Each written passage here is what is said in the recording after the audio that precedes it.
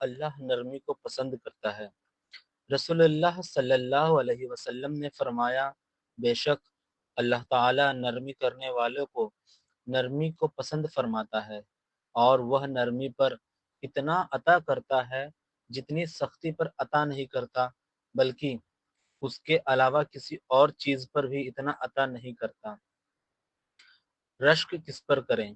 رسول اللہ صلی اللہ علیہ وسلم نے فرمایا، رشک تو بس دو ہی آدمیوں پر ہو سکتا ہے، ایک وہ جسے اللہ نے قرآن مجید کا علم دیا ہو اور وہ اس کے ساتھ رات کی گھڑیوں میں کھڑا ہو کر نماز پڑھتا ہو، اور دوسرا وہ آدمی جسے اللہ تعالی نے مال دیا ہو اور وہ اسے رات دن اللہ کی راہ میں خرچ کرتا ہو۔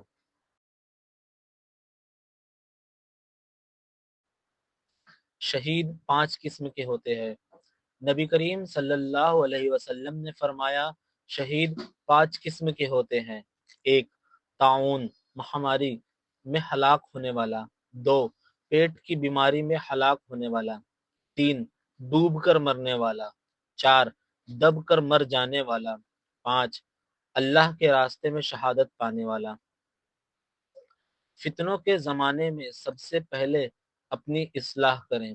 نبی کریم صلی اللہ علیہ وسلم نے ارشاد فرمایا، ایسا زمانہ آئے گا کہ تمہارا حال بالکل ایسا ہو جائے گا کہ لوگ اچھے لوگوں کو برا سمجھنے لگیں گے اور برے لوگوں کو اچھا۔ لوگ رہبر اور پیشوا بنا لیے جائیں گے۔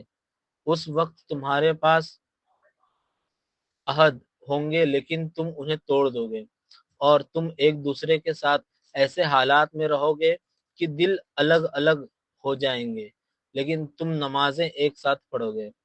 حضرت انس رضی اللہ عنہ بیان کرتے ہیں کہ یہ سن کر صحابہ کرام نے عرض کیا، یا رسول اللہ صلی اللہ علیہ وسلم، جب ایسا زمانہ آ جائے تو ہم کیا کریں؟ رسول اللہ صلی اللہ علیہ وسلم نے ارشاد فرمایا، جو باتیں تمہیں معلوم ہے انہی پر عمل کرو، برائیوں کو چھوڑ دو اور اپنی خاص اصلاح کی طرف دھیان دو، اور عام لوگوں کو چھوڑ دو۔ جنت میں یہ چیزیں نہیں ہوں گی۔ رسول اللہ صلی اللہ علیہ وسلم نے فرمایا، جنتی جنت میں کھائیں گے اور پیئیں گے، لیکن وہاں انہیں پیشاب، پیخانہ، تھوک یا ناک کی گندگی نہیں ہوگی، بلکہ ان کی ڈقار کستوری خوشبودار ہوگی، ان کی سانس اللہ کی تسبیح ہوگی، اللہ تعالی کی حمد ان کے لیے ایسے ہوگی جیسے سانس لینا تمہارے لیے آسان ہے۔ آدمی دنیا کے پیچھے، مگر دنیا کس کے پیچھے؟ حضرت انس بن مالک رضی اللہ عنہ کہتے ہیں، رسول اللہ صلی اللہ علیہ وسلم نے فرمایا، جس شخص کا مقصد زندگی آخرت ہو، اللہ تعالیٰ اس کے دل میں استغنا پیدا کر دیتا ہے اور اسے جمہی اور بے قراری عطا کرتا ہے۔ دنیا اس کے پاس فرما بردار بن کر آتی ہے، اور جس شخص کا مقصد دنیا طلبی ہو، اللہ تعالیٰ اس کی تنگی اس کی دونوں آنکھوں کے سامنے رکھ دیتا ہے اور اس کے جمع خاطر کو پریشان کر دیتا ہے، اور دنیا اسے صرف اتنی ہی ملتی ہے جتنی اس کے مقدر میں لکھی ہوتی ہے۔ سمجھدار اور کامیاب انسان بنے۔ رسول اللہ صلی اللہ علیہ وسلم نے ارشاد فرمایا، ہوشیار اور سمجھدار وہی ہے جو اپنے نفس کو قابو میں رکھے اور موت کے بعد عمل کرے، اور نادان اور ناکارہ وہ ہے جو اپنے آپ کو اپنی خواہشات نفس کا تابع بنا لے اور اللہ سے امیدیں باندھے۔ حور کی خوبصورتی۔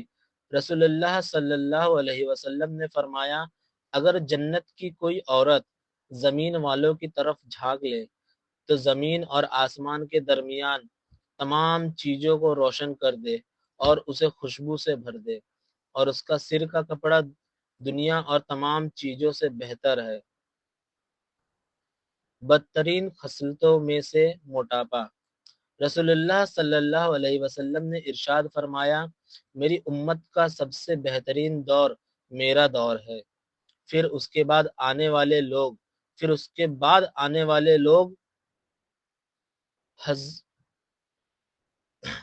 پھر آپ صلی اللہ علیہ وسلم نے فرمایا تمہارے بعد ایک ایسی قوم پیدا ہوگی جو گواہی دینے کے لیے تیار ہو جائے گی جبکہ ان سے گواہی مانگی نہیں جائے گی۔ وہ لوگ خیانت کریں گے، ان پر بھروسہ نہیں کیا جائے گا۔ وہ لوگ نظریں مانیں گے لیکن انہیں پورا نہیں کریں گے اور ان میں موٹاپا عام ہو جائے گا۔ جنت کی باغبانی۔ رسول اللہ صلی اللہ علیہ وسلم نے فرمایا جس رات مجھے معراج کرائی گئی اس رات میری ملاقات حضرت ابراہیم علیہ السلام سے ہوئی۔ حضرت ابراہیم علیہ السلام نے فرمایا اے محمد صلی اللہ علیہ وسلم اپنی امت کو میری طرف سے سلام کہنا اور انہیں بتانا کہ جنت کی مٹی بہت اچھی ہے، اس کا پانی میٹھا ہے اور وہ بہت ہی ہری بھری ہے، اور اس کی باغبانی یہ ہے سبحان اللہ الحمدللہ لا الہ الا اللہ اللہ اکبر۔ ایمان کی مٹھاس۔ نبی کریم صلی اللہ علیہ وسلم نے فرمایا تین خوبیاں ایسی ہے کہ جس میں یہ پیدا ہو جائے اس نے ایمان کا مٹھاس کو پا لیا۔ پہلی یہ کہ اللہ اور اس کا رسول اس کے نزدیک سب سے زیادہ محبوب بن جائیں۔ دوسری یہ کہ وہ کسی انسان سے صرف اللہ کی رضا کے لیے محبت رکھے۔